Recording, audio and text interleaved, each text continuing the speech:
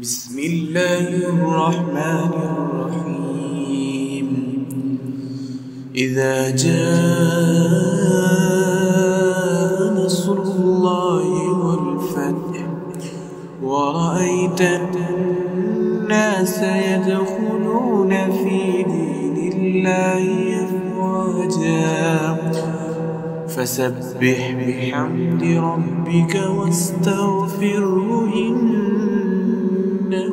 كان توابا. إذا جاء نصر الله والفتح ورأيت الناس يدخلون في دين الله أفواجا فسبح بحمد ربك واستغفره إنه